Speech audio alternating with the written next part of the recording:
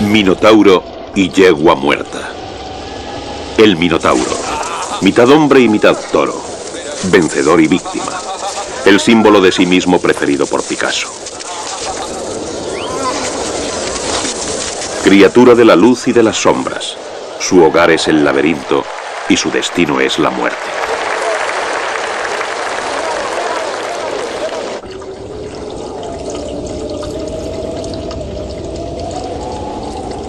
Todo acto de creación, dijo Picasso, es antes que nada un acto de destrucción.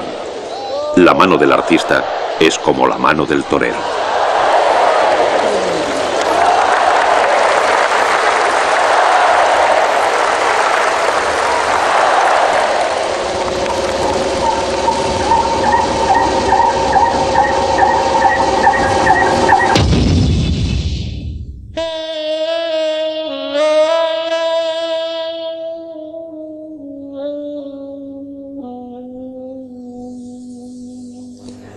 Decía Fernand, el primer amor de Picasso, poseía una naturaleza que buscaba su propio tormento.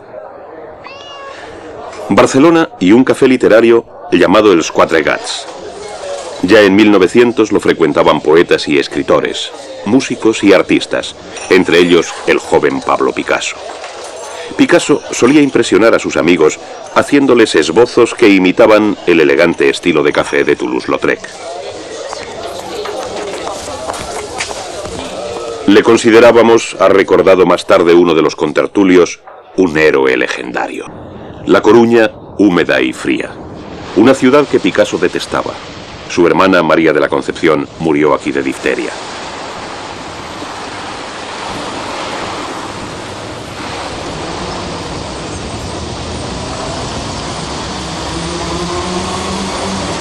Su familia se trasladó aquí cuando Picasso tenía 10 años. Su padre era profesor de arte en el instituto local.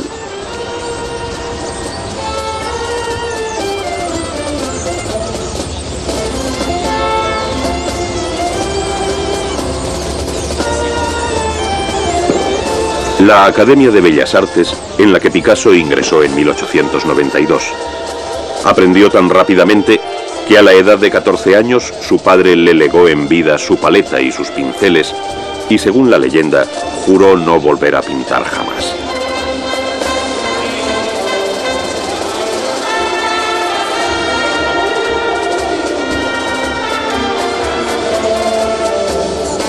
A los 14 años, decía Picasso, dibujaba como Rafael.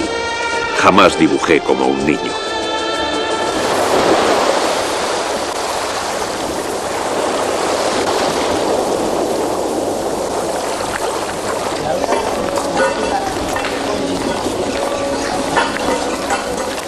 Málaga, donde nació en 1881.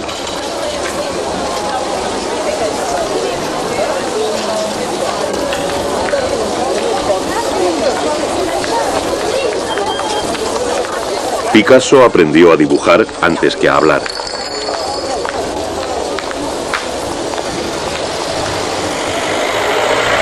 Se dice que en Málaga se puede oler el desierto cuando sopla el viento del sudoeste.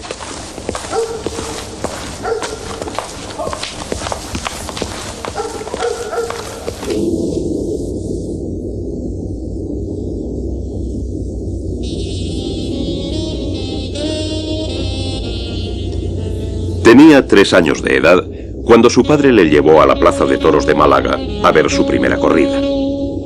Sus primeros dibujos fueron escenas taurinas. Muchos años más tarde, el poeta Ramón Gómez de la Serna habría de escribir: en Málaga he logrado comprender qué es Picasso y he entendido hasta qué punto no es sino un torero y cómo, haga lo que haga, está constantemente toreando.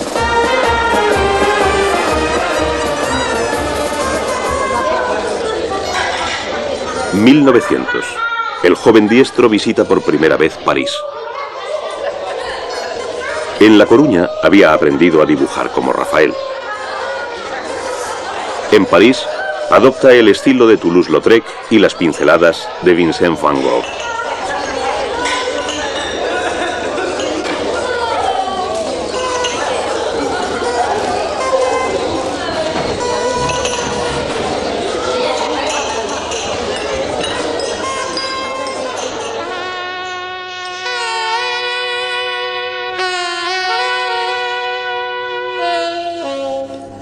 En 1901, Picasso se encuentra ante un nuevo lecho de muerte.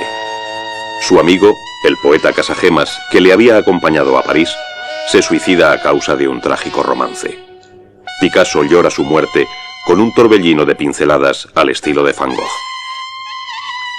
Para Picasso, su amigo era una víctima de la guerra entre los sexos. Casagemas era sexualmente impotente. Escarnecido y abandonado por su amante, intentó primero asesinarla de un disparo. Erró el tiro y se suicidó.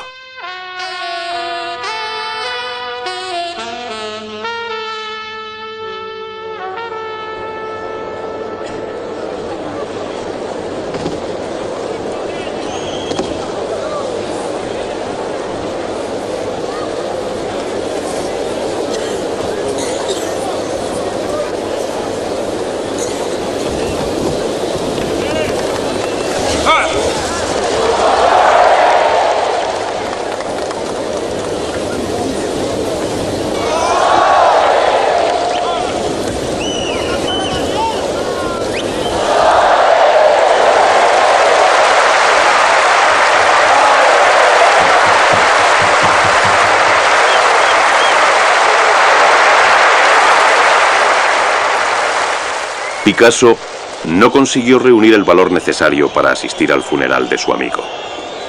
Tan solo algunos meses después, se pintaría a sí mismo simbólicamente junto al lecho de muerte de Casagemas con un estilo fuertemente evocador de Vincent van Gogh.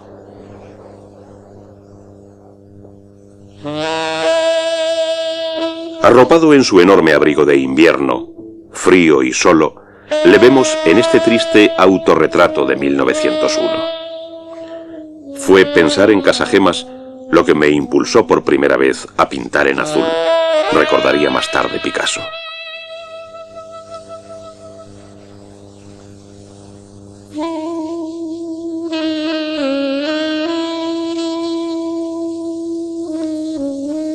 El color desapareció de su arte y se vio reemplazado por una compasión exagerada hacia las madres hambrientas y sus hijos. Cuando recibió la noticia de la muerte de su hijo, la madre de Casagemas cayó muerta al suelo de la impresión. Rostros atormentados invaden las visiones de Picasso. Al contemplar los tejados de Barcelona solo consigue ver un azul nocturno de tinte amargo.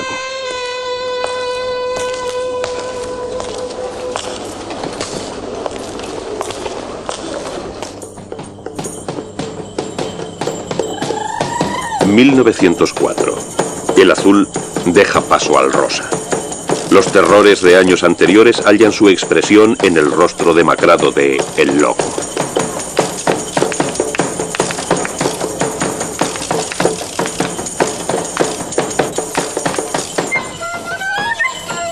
En 1905, el período rosa. Saltimbanquis.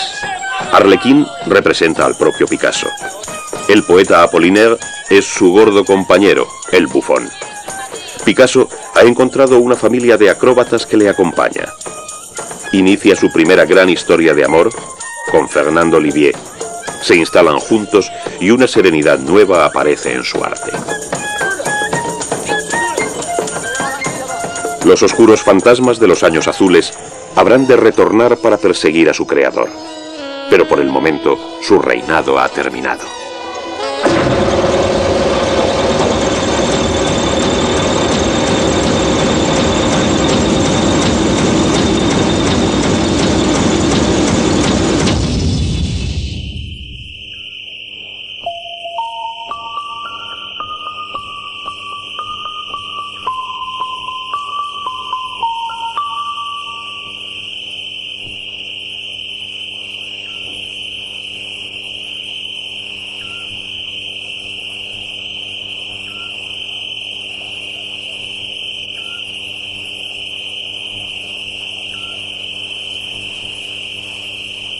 Picasso afirmó siempre que era capaz de mirar directamente al sol.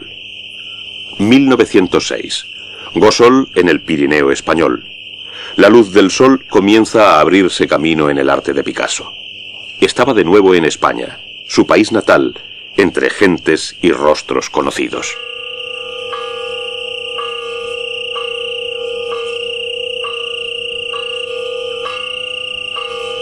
Muchacho desnudo. En París, Picasso había asistido a una exposición de escultura ibérica primitiva. Se siente impresionado por la sencilla geometría de las figuras y la fiera expresividad de los rostros. Los esbeltos desnudos de muchachos de su período rosa se ven súbitamente solidificados en madera pintada. Un autorretrato de 1906. Picasso se convierte en Picasso. Un cuadrado para formar el torso, un cilindro para el cuello, una máscara oval para el rostro, los ojos, 2 trozos de carbón.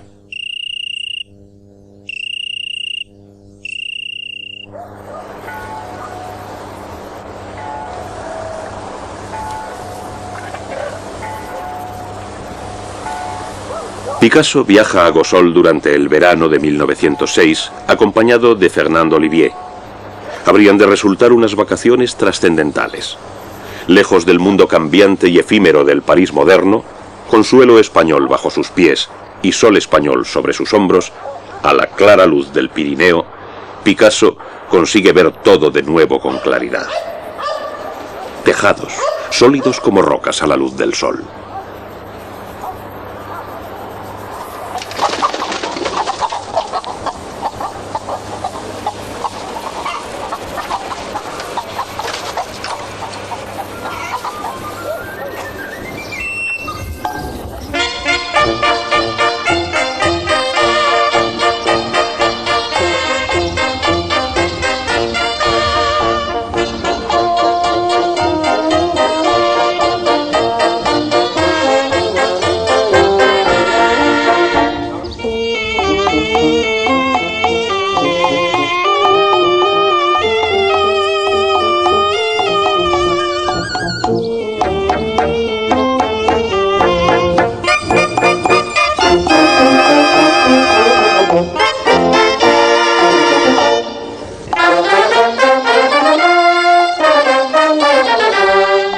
Una fuerza primitiva ha hallado la forma de ser preservada.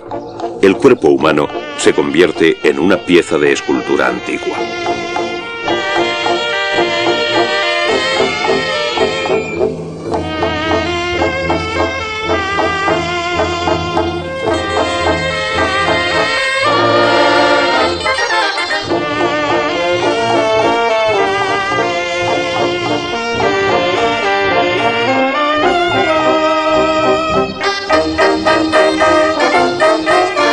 Picasso pinta la tradicional sardana catalana.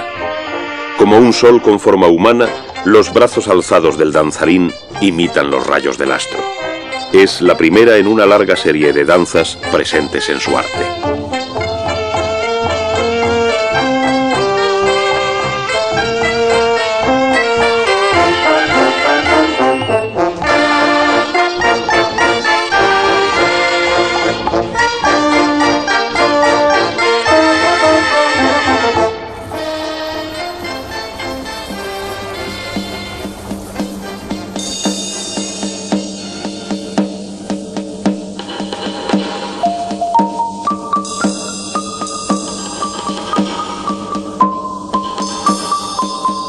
Lo primitivo, lo elemental, lo pagano, formas tan antiguas como el campesino de Cataluña.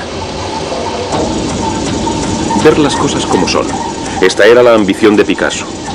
En estos rostros, inspirados por esculturas ibéricas, Picasso parece haber raspado la superficie del hombre moderno para descubrir al antepasado común a todos nosotros. Un desnudo realmente rudo. La mujer parece haber sido tallada toscamente en madera. Pueden distinguirse los golpes del cuchillo. Un autorretrato con disfraz de 1907. Siendo niño, su madre le había vestido con traje de marinero. La cuestión está, comentaba él, en tener una visión directa.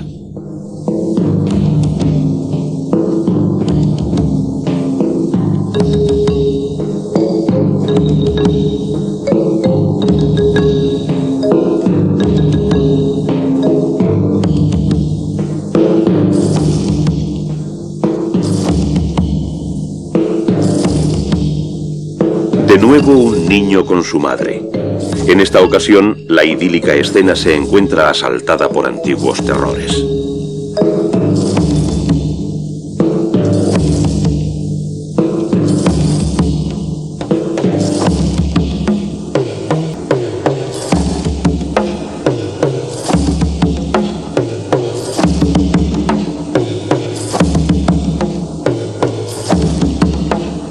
Durante los años venideros, Picasso aseguraría poseer sangre africana proveniente de sus antepasados hispano-moriscos.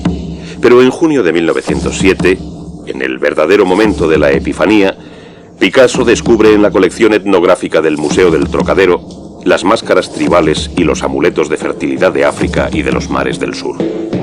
En aquel momento, declaró más tarde, fue cuando descubrí en qué consistía realmente la pintura. Las señoritas de Aviñón, una escena de burdel que cambió el curso del arte del siglo XX. Cuando Braque, uno de los personajes más cercanos a Picasso, lo vio por primera vez, dijo que era como echar un trago de parafina. André Derain previno a Picasso: un día de estos te vamos a encontrar colgado detrás de ese cuadro, es un proyecto maldito. Picasso lo llamó su primera pintura exorcista. Le protegería contra los malos espíritus femeninos. En aquellos tiempos sufría una enfermedad venérea. Horta de Ebro, los montes de España. En 1907 se celebra en París una gran exposición retrospectiva dedicada a Cézanne. Picasso y Braque exploran la obra de Cézanne y logran entenderla desde una nueva perspectiva.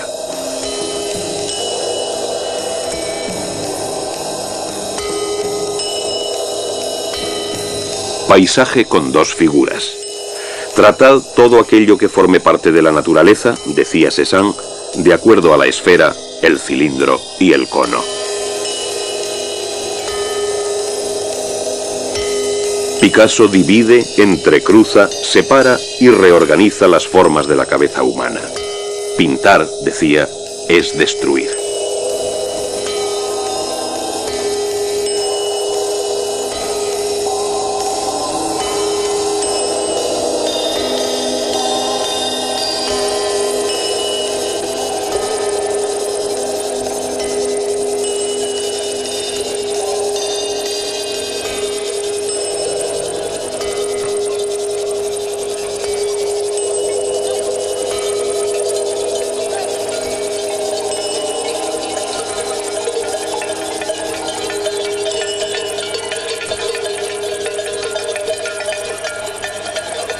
Los grandes paisajes del clasicismo, escribió Cézanne, son aquellos en los que la luz se encuentra espiritualizada y el paisaje constituye una sonrisa que brilla con un destello de aguda inteligencia.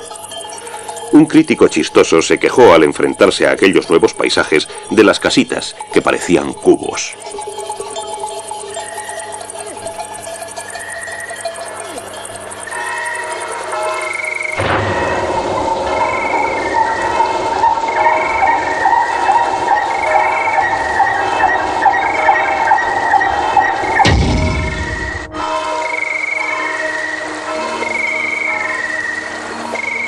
Hombre con mandolina.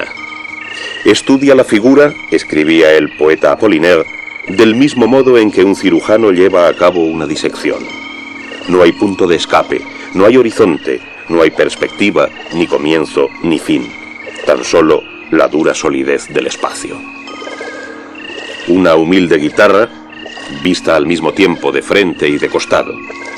Dice Picasso: no pinto lo que veo, pinto lo que sé.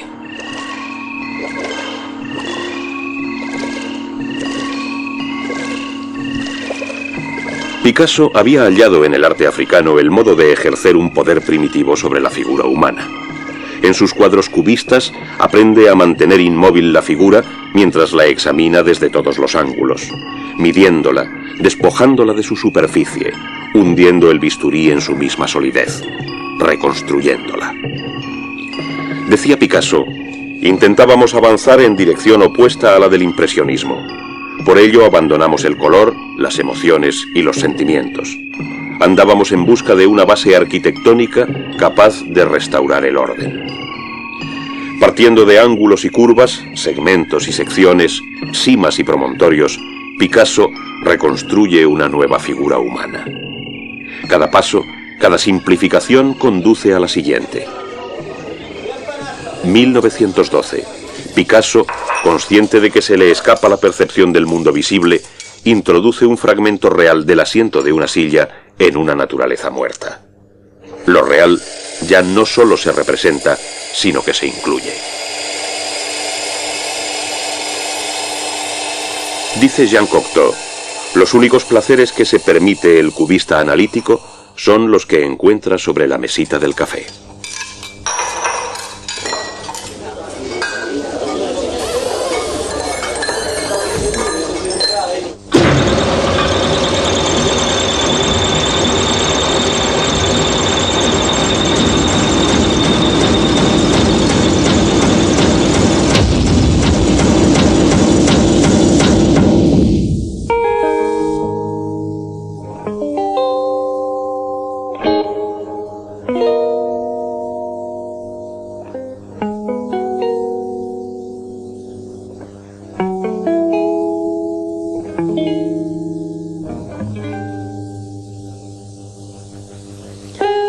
La austera obra se ejecuta con el rigor de un proceso matemático. La guitarra española se ve descuartizada una y otra vez y luego reconstruida en su nueva forma, simple y exquisita. Como un desafío al arte antiguo, Picasso introduce en sus collages todo un muestrario de materiales nuevos y humildes. Trozos de papel pintado, el periódico de la mañana. Desde el descubrimiento de la perspectiva, constituye el cambio más radical en cuanto a la manera de observar del artista.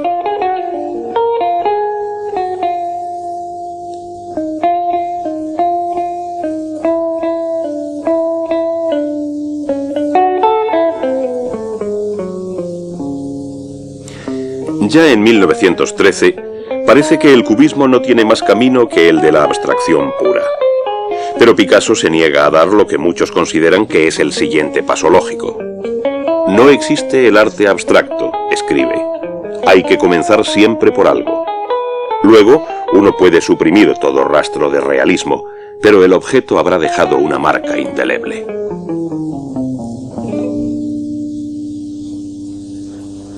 Relieves de pared, bajorrelieves en madera, montajes con forma de guitarra.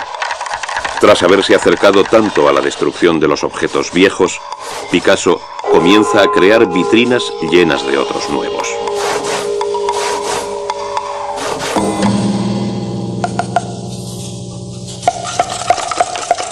Donde antes había destrozado, ahora construye. Instrumentos viejos y conocidos encuentran una nueva forma para un nuevo siglo.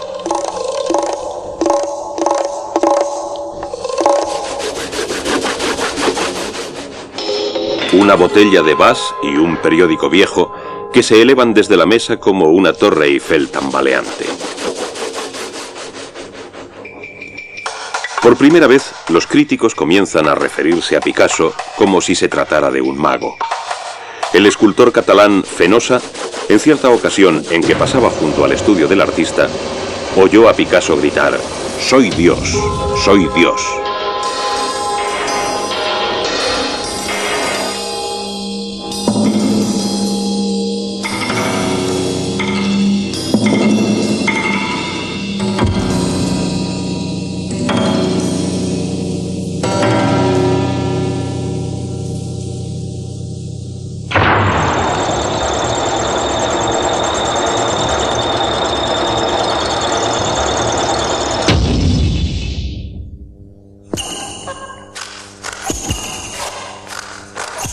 «1914-1916. Picasso retorna a la pintura con espíritu vengativo, catalogando y recapitulando todas las nuevas y audaces técnicas que ha desarrollado. Dedica una serie de cuadros a su nueva amiga, Eva. Es feliz. Transcurre la guerra mundial sin hacer mella en él. Una juguetona exuberancia parece iluminar su arte.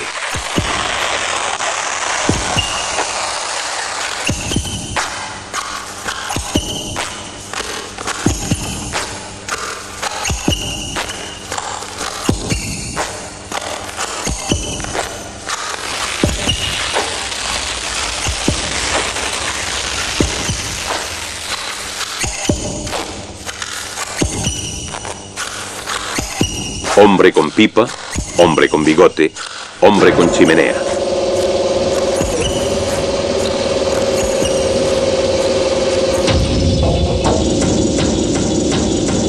De pronto, Picasso emerge de su década cubista con un abrupto cambio de estilo que en él es característico.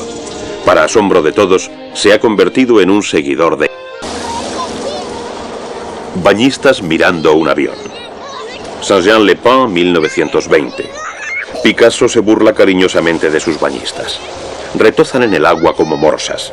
Comienzan a asemejarse a las rocas de la playa. Es en la playa donde Picasso representa su más grande tragedia clásica, la guerra de los sexos.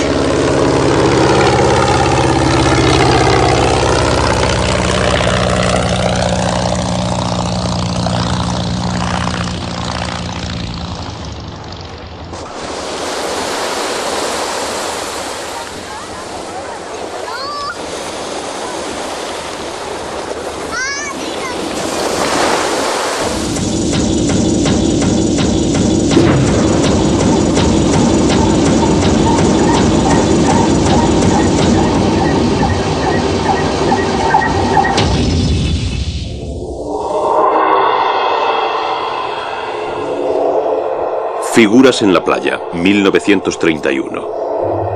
¿Acaso se ha logrado representar alguna vez en pintura, preguntaba un crítico, la pasión física de un modo tan palpable? Sus lenguas se asemejan a cuchillos, sus bocas nos devoran, sus cabezas son diminutas. Su pasión resulta sobrecogedora.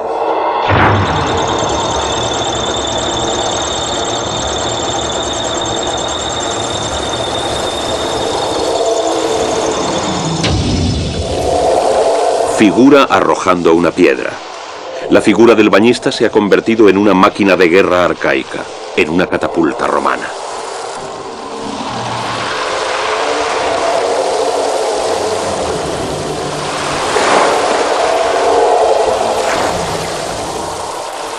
Cuando pinto, intento siempre ofrecer una imagen inesperada para el observador, y aún más una imagen que el espectador rechace.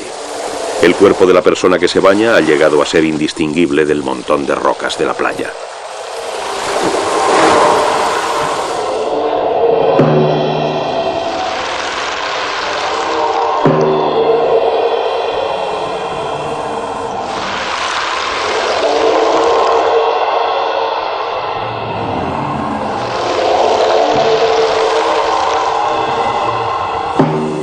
Mujer sentada con libro.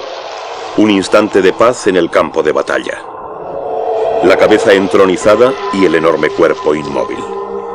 Las bañistas de Picasso, escribe un crítico, yacen al sol como dinosaurios perezosamente tendidos sobre la playa.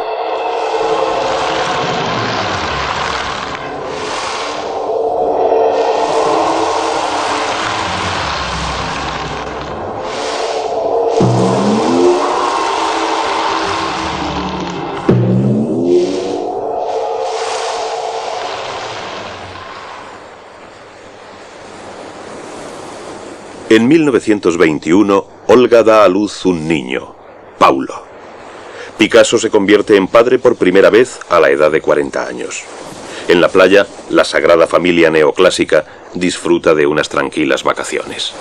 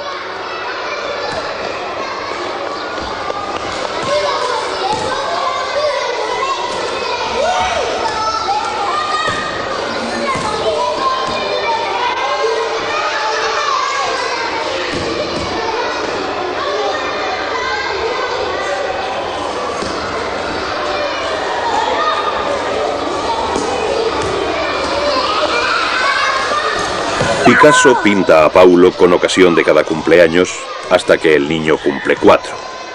Le pinta como un pequeño arlequín en una versión miniatura de sí mismo. Más tarde, Paulo habría de tener constantes dificultades con la policía. Por fin, termina por convertirse en chofer de Picasso.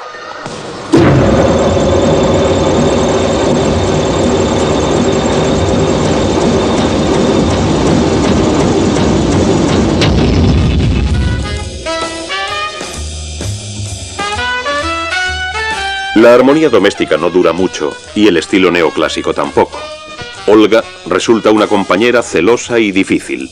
Picasso se ensaña con ella en un retrato salvaje y brutal. Verano de 1925. El beso. ¿Cómo puedo amar a una mujer que lo destroza todo, especialmente mi pintura? Todos me critican por haber tenido el valor de vivir mi vida a plena luz del día, soportando una destrucción más intensa que el resto de las personas. Un cuadro no es sino una suma de destrucciones.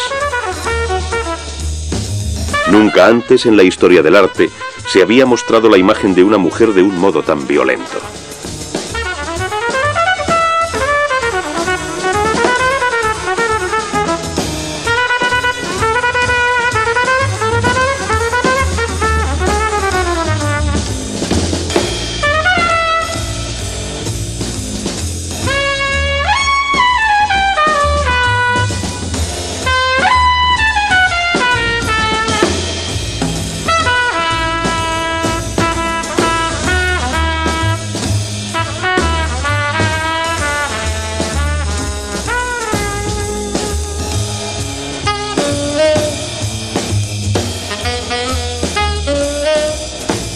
Mujer con butaca roja.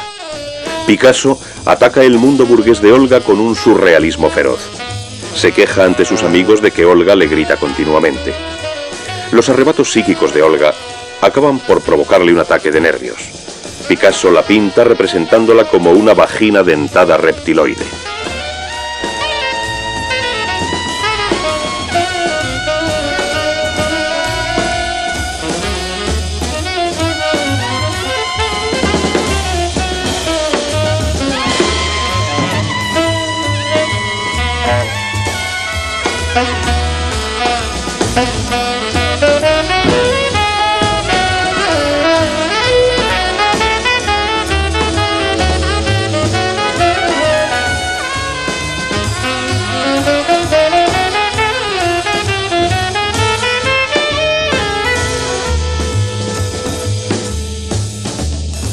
Por primera vez desde su niñez, Picasso escoge un motivo religioso, la crucifixión, a pesar de declararse ateo convencido.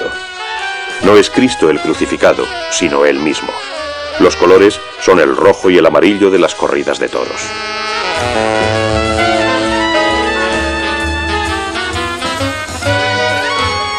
El terror alcanza su punto culminante en Mujer con estilete. Basado en la gran Muerte de Marat de David, la asesina irrumpe en el baño de su víctima. A ella la representa con las ya familiares fauces de serpiente. Él es la diminuta cabeza que ella intenta devorar. La sangre desborda la bañera. La carta queda inconclusa.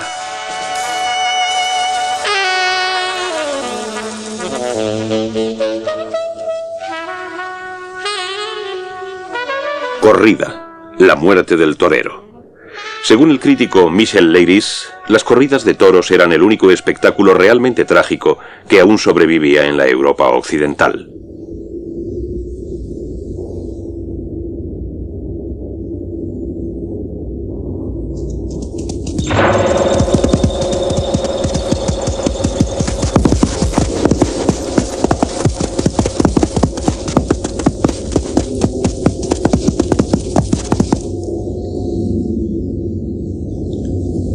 Para Picasso, la corrida se convierte en una representación ritual de la lucha por sobrevivir. Picasso llevaba asistiendo a corridas de toros desde los 3 años. También él se referiría a la carga sexual contenida en ellas. El toro se ve constantemente reemplazado en el ruedo. Es símbolo de eternidad. Para Picasso, el toro se convierte en emblema tanto de vida como de muerte. Si el hombre es el toro salvaje, el picador se convierte en mujer, socavando sin descanso la fuerza del animal. Todo acto de creación es antes que nada un acto de destrucción.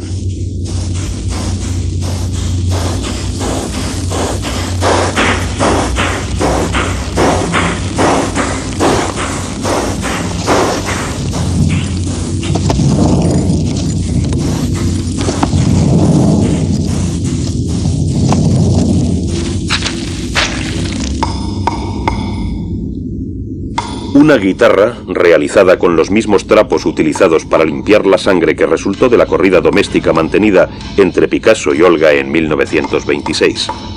Inicialmente, Picasso había pensado cubrirla con hojas de afeitar, pero luego decidió perforarla con clavos.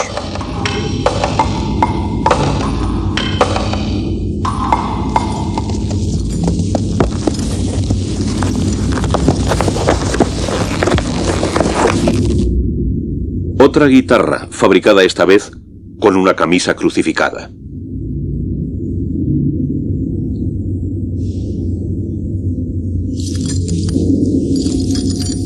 Quiero que mis pinturas puedan defenderse a sí mismas, resistir al invasor, como si dispusieran de hojas de afeitar apuntando en todas direcciones y nadie pudiera tocarlas sin cortarse las manos.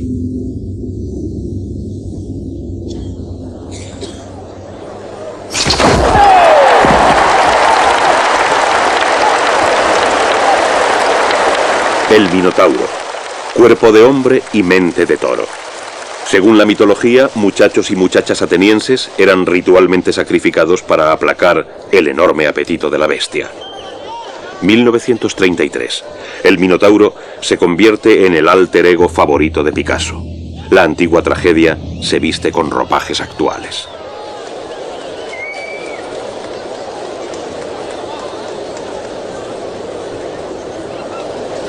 Muerte de la mujer torero. Sus genitales expuestos constituyen una tentación para los cuernos del animal.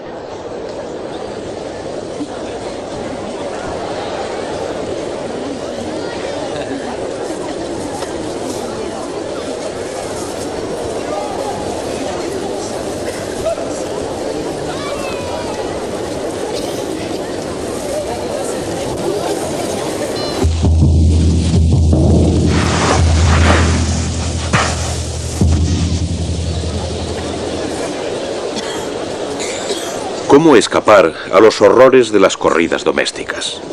Picasso recurre una vez más al apacible mundo de la antigüedad clásica.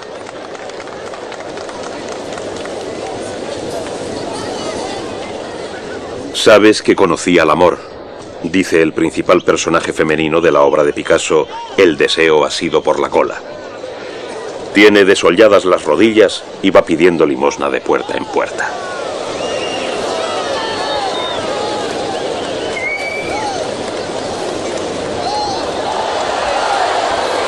Dice Picasso, es difícil decidir si se dispone a despertarla o a matarla.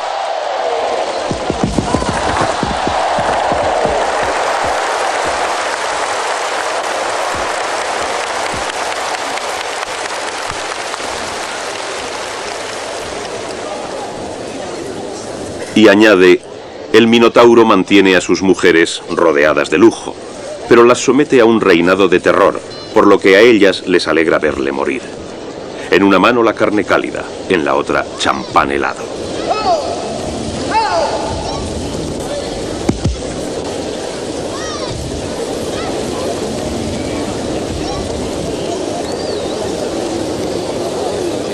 En 1933, el escritor surrealista Georges Bataille funda una nueva revista literaria. La llama El Minotauro. Picasso se encarga de dibujar la primera portada. El Minotauro, escribe Bataille, la bestia hombre vagando a ciegas por el laberinto en que se halla atrapada, confusa, desorientada, ya que ha perdido el asiento de la razón, su cabeza.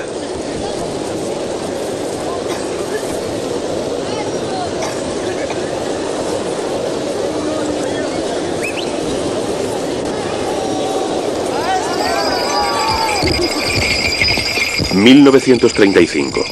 La situación doméstica de Picasso se está haciendo insostenible. La describirá más tarde como la peor época de mi vida.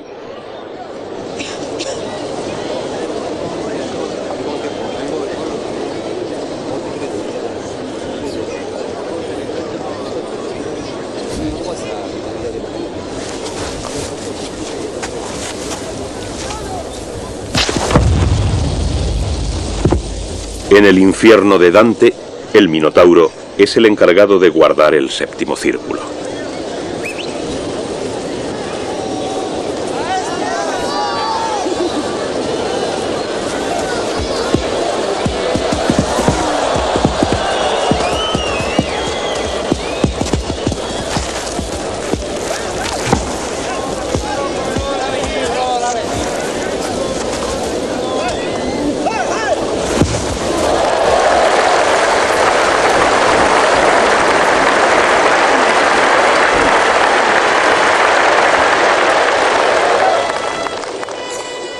En uno de los mejores aguafuertes del Minotauro, una joven que porta una lámpara conduce a la criatura a lo más hondo de la oscuridad. Su rostro se asemeja al de Marie-Thérèse Walter, la amante adolescente de Picasso.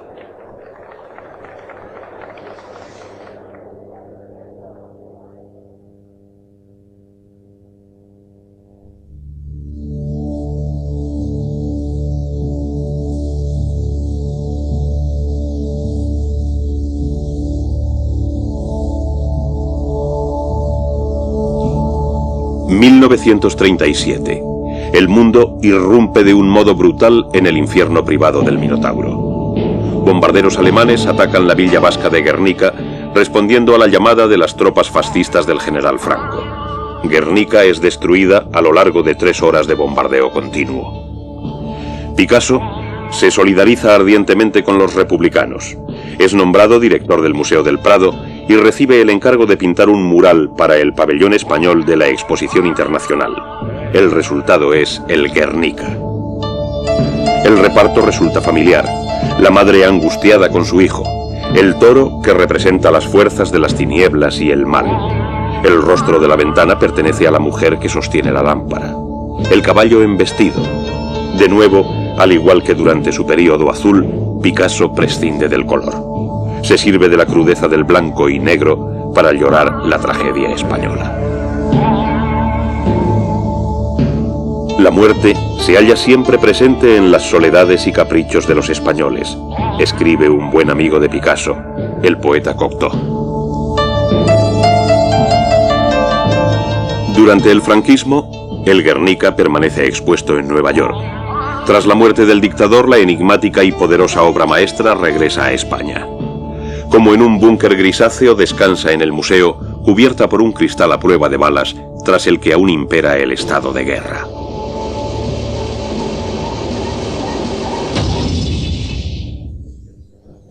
El Guernica señala el fin del ciclo del Minotauro. En 1926 ya había comenzado un nuevo periodo, con El pintor y su modelo. Prescindiendo de nuevo del color, Picasso, el mejor dibujante del siglo XX, pone sus trazos en libertad. Se entrelazan en nudos y arabescos misteriosos y parecen perder el motivo hasta que llegan a solidificarse para formar un pie femenino. Picasso pinta en clave.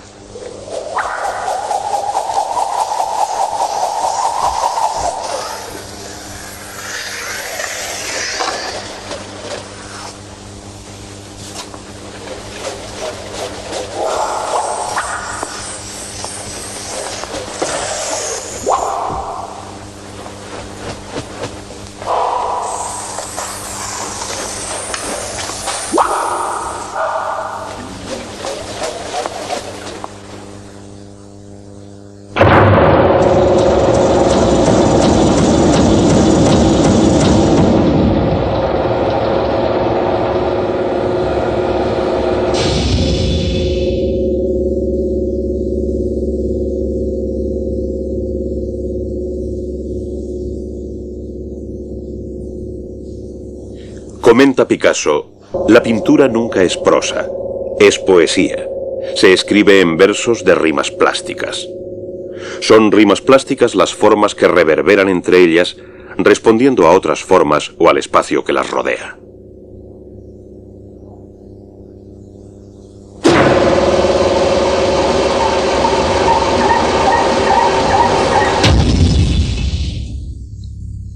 Picasso recibe el encargo de diseñar un monumento a su viejo amigo Apollinaire. El resultado sorprende a todos. Hasta la fecha es su obra más abstracta.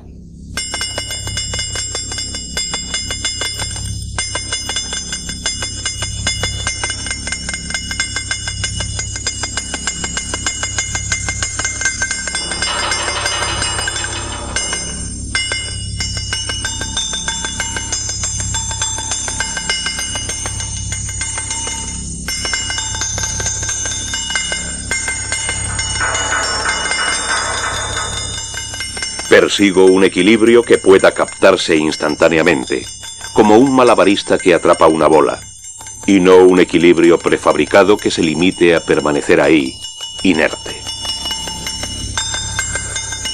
Las claves de Picasso se vuelven más audaces.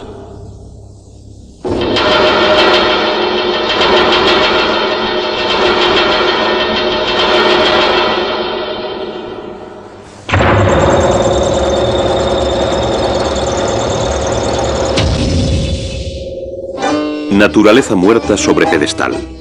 En 1927 conoce a una muchacha de 17 años a la salida de unos almacenes parisinos y la seduce.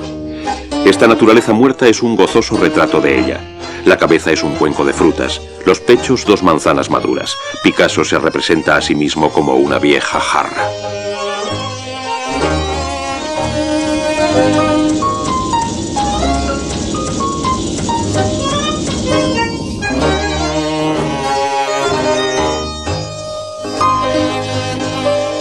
Picasso tiene ya 50 años.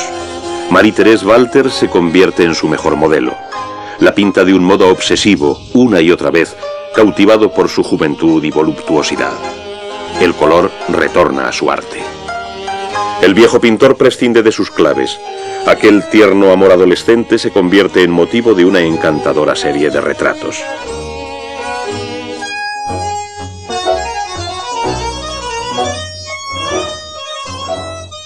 Marie-Thérèse leyendo. Picasso juega con las formas curvas de su modelo.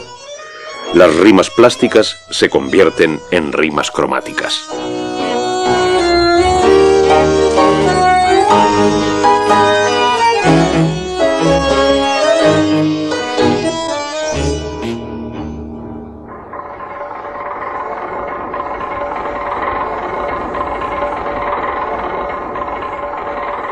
Escultura. La conmoción. La inspiración impulsa a Picasso a esculpir una serie de bustos monumentales de su joven amante. Una vez más, persigue lo primitivo. Los rasgos de Marie-Thérèse se ven brutalmente simplificados hasta convertirse en un denso bulto de formas. Picasso la convierte en una antigua escultura de arte nativo, como las imágenes de la isla de Pascua.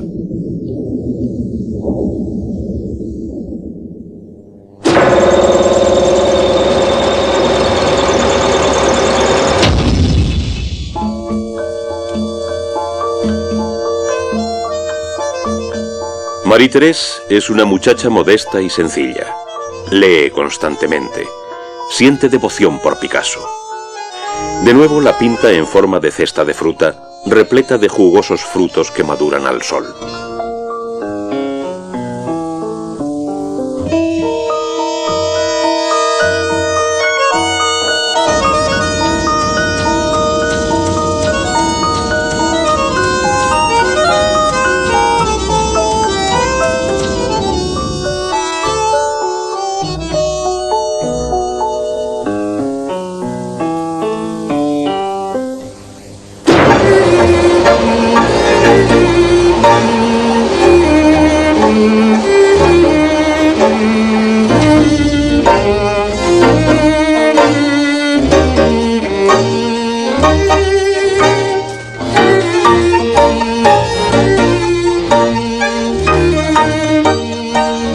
El idilio no puede durar.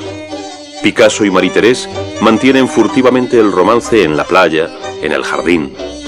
Picasso no se decide a abandonar a Olga. Marie-Thérèse se desvanece. Para mí, afirma Picasso, tan solo hay dos clases de mujeres, las diosas y los felpudos. La opulenta modelo del artista se ve castigada con líneas rectas. El viejo jarrón permanece impasible, el espejo mudo. Pero Marie-Thérèse se encuentra destinada a pasar el resto de sus días manteniendo hacia Picasso la misma devoción sin esperanza. Más tarde, al conocer su muerte, Marie-Thérèse se suicida. 1935-36. La situación doméstica de Picasso se vuelve tan compleja que por primera vez en su vida descubre que no puede pintar. En su lugar, se dedica a escribir.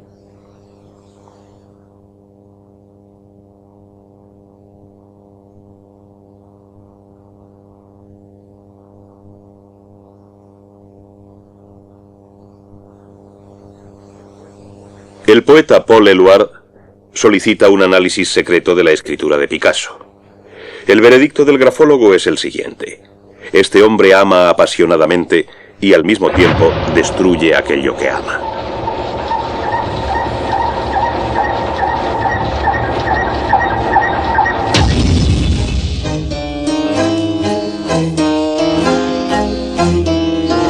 Picasso encuentra una nueva amante, la fotógrafa surrealista yugoslava Dora Maar. La conoce en un café mientras juguetea con una navaja. Se convierte en su plañidera.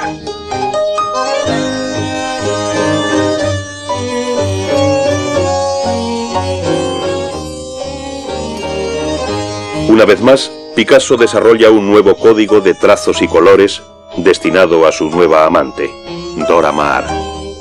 Toda ella, líneas rectas y ángulos mellados tras la dureza de los rojos y los negros. Marie-Thérèse, caricias y curvas en amarillo y azul pálido.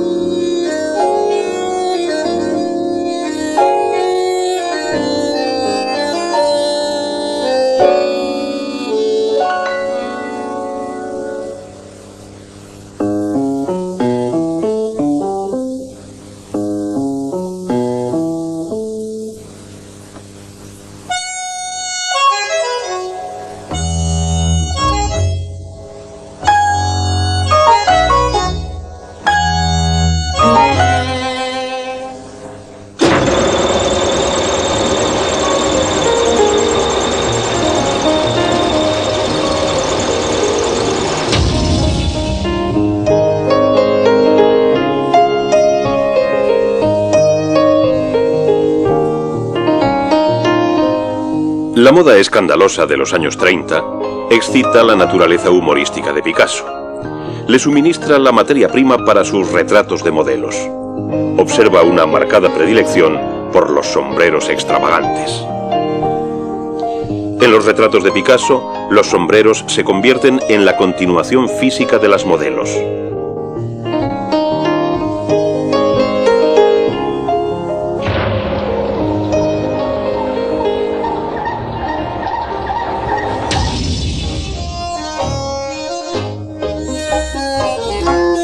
Aún añade Picasso otra mujer a su harén, Nus Éluard, la bella esposa de su amigo Paul Éluard. Nus es célebre por los excéntricos sombreros que luce.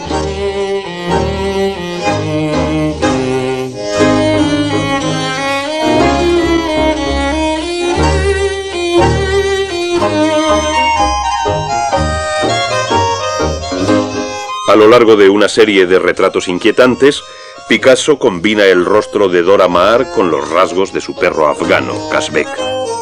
Su intención, afirmará más tarde, era mostrar el lado animal de las mujeres.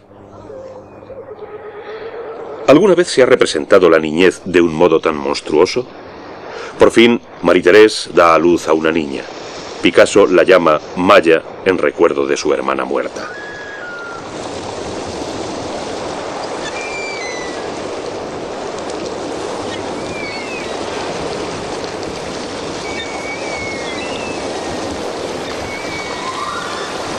Cuando tenía la edad que ellos tienen ahora, observa durante una exposición de arte infantil, pintaba como Rafael.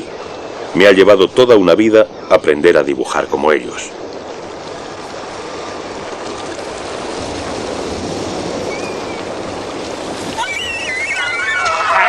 Maya se parece extraordinariamente a su padre. Picasso se identifica con ella. El padre de Picasso se había especializado en pintar palomas y pichones. Maya cada vez adquiere más el aspecto de un Picasso gordo y pequeñito.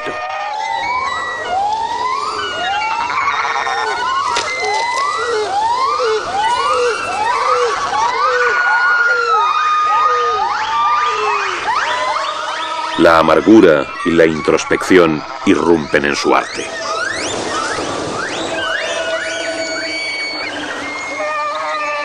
...1941...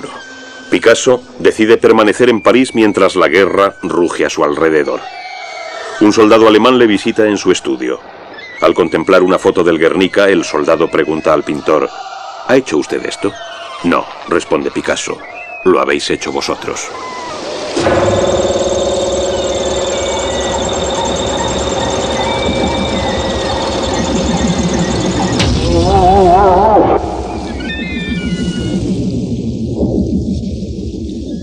Un tributo a los caídos. Picasso, el artista más rico que ha existido, rebusca entre sus montones de desperdicios para hallar el material que desea. Construye un cráneo de cabra y una vela encendida, utilizando clavos viejos, jarras quebradas, manillares de bicicleta desechados, trozos de cartón.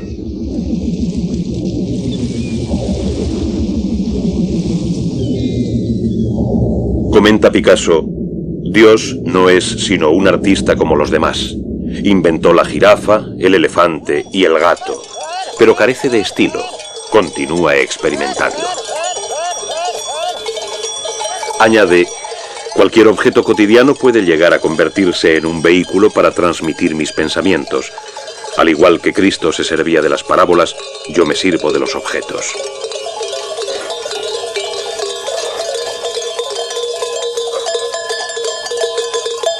Utilizando 2 jarras de vino, una cesta, hojas de palma, cacharros rotos y chatarra, Picasso construye una cabra en avanzado estado de gestación.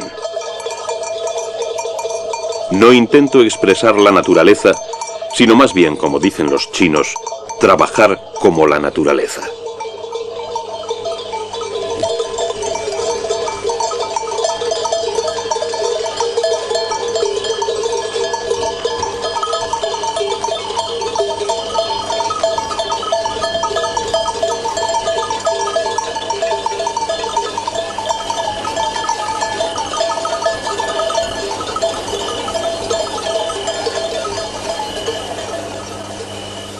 Alors, il prendait les outils, un escargot, il s'en allait, puis il reculait. Niña saltando a la comba. 1950. Hecha con zapatos de niño, cuerda y una cesta, cacharros rotos, cajas de bombones y una fuente de horno.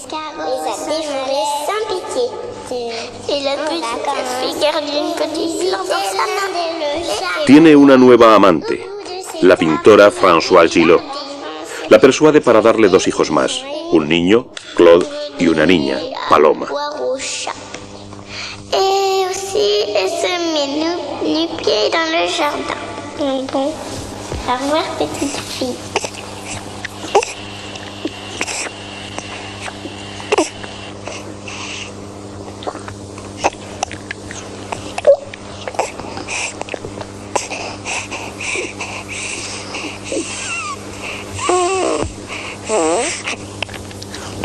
Mandril con cría, 1952.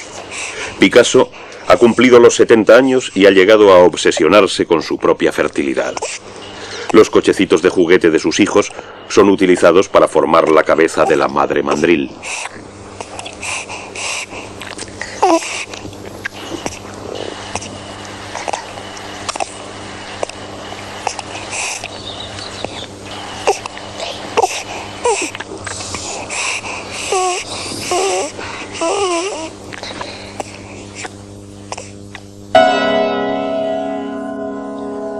Lienzo blanco en estudio. ¿Qué le resta por pintar?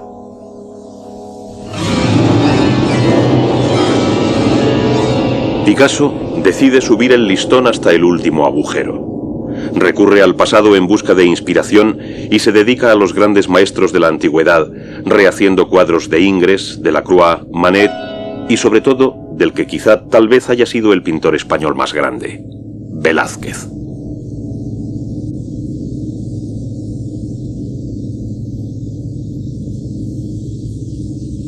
Picasso resalta los personajes que más le interesan en la obra maestra de Velázquez, las Meninas.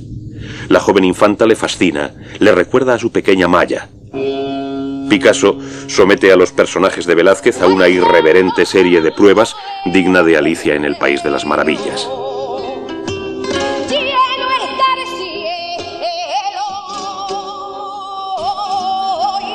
Debemos siempre imitar a los demás, pero el hecho es que es imposible. Querríamos hacerlo, lo intentamos, pero no conseguimos más que estropearlo todo. Y es entonces, cuando ya lo hemos estropeado, cuando nos convertimos en nosotros mismos.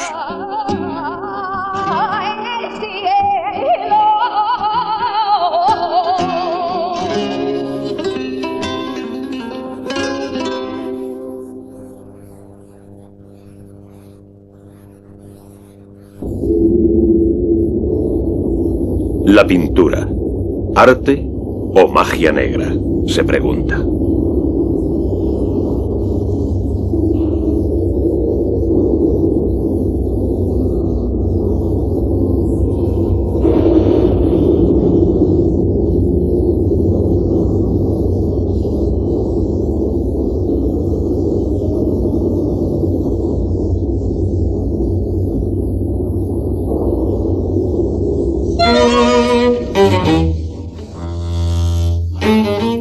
Jacqueline Roch, su última mujer, posa como odalisca inspirándose en el cuadro de Delacroix, Mujeres en Argel.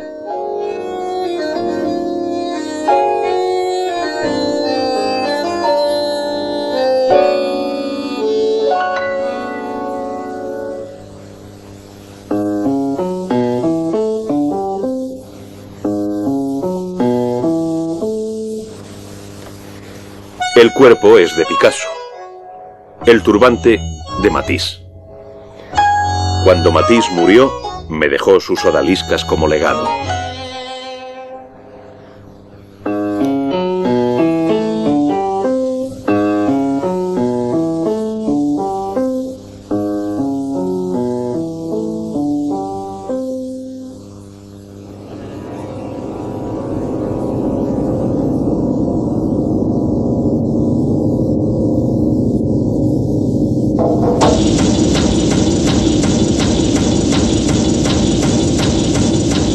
Matisse, su gran amigo y rival, muere en 1954.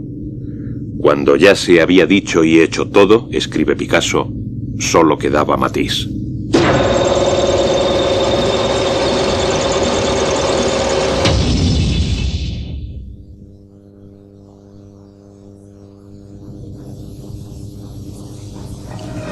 Ahora se ha quedado solo.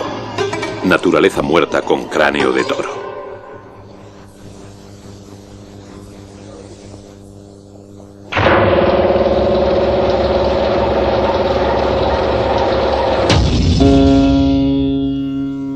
Vista de Cannes.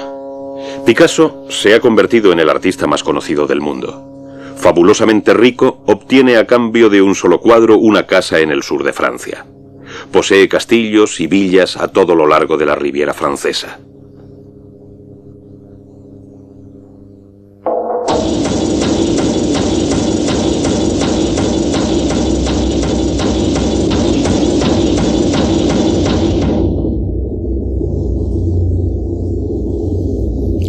Picasso fue en su día un gran artista, se queja su viejo amigo Braque. Hoy no es más que un genio. El toro ha sido domesticado.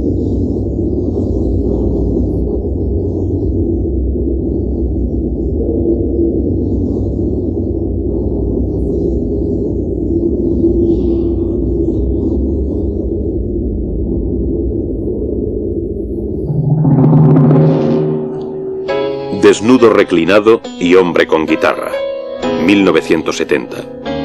Picasso tiene 89 años y aún así pinta más que nunca y con más rapidez. Aún tiene tiempo de realizar una última odalisca, brutalmente despojada de sus vestidos, más desnuda que las demás.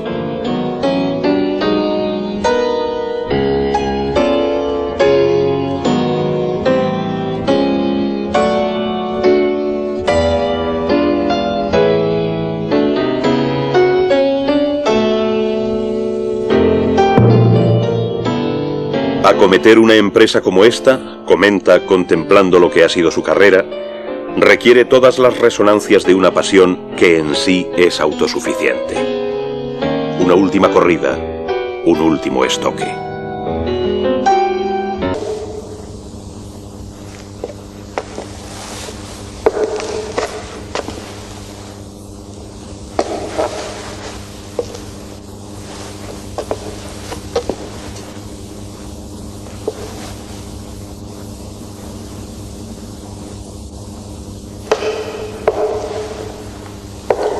Muerto el artista, queda su legado.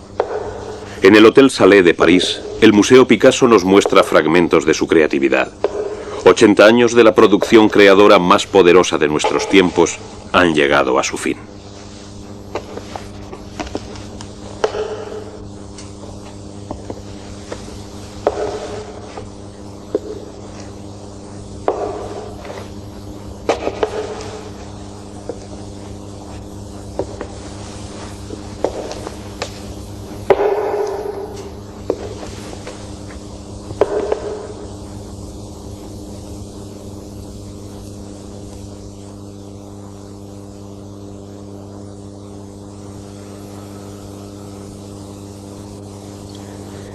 El viejo pintor, un último autorretrato, un último tributo a Matisse. ¿Por qué pensáis que fecho todo aquello que hago? Porque no basta con conocer la obra de un artista. También es necesario saber cuándo la realizó. No hay duda de que algún día existirá una ciencia en la que se intentará saber más acerca del hombre en general a través de los personajes creativos. A menudo imagino tal ciencia y deseo legar a la posteridad una documentación lo más completa posible. Por eso es por lo que a todo le pongo su fecha.